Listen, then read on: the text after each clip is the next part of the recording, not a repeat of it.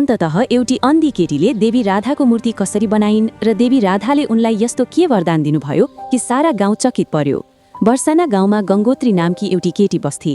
6 वर्षको उमेरमै एउटा दुर्घटनामा परेर उनले आफ्ना दुवै आँखा गुमाइन् र अन्धी भइन्। आँखाले नदेखे पनि उनको मन सधैँ राधा रानीप्रति अटुट भक्तिले भरिएको थियो।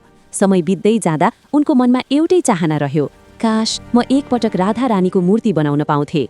एक रात यही इच्छा बोकेर सुतिरहेकी बेला देवी राधा उनको सपनामा प्रकट हुनुभयो र भन्नुभयो, म तिमीलाई हरेक रात हेर्ने शक्ति दिनेछु, त्यही समयमा तिमी मेरो मूर्ति बनाउनेछौ। तर बिहान सूर्यको पहिलो किरण निस्किने बित्तिकै तिम्रो दृष्टि फेरि हराउनेछ। त्यसपछि गङ्गोत्री हरेक रात जागेर मूर्ति बनाउन थालिन्।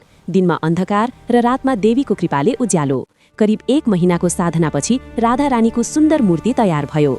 अन्तिम रात देवी फेरि सपनामा आउनुभयो र भन्नुभयो, अब तिमीलाई देख्ने शक्ति रहने छैन, अरू केही चाहियो भने माग।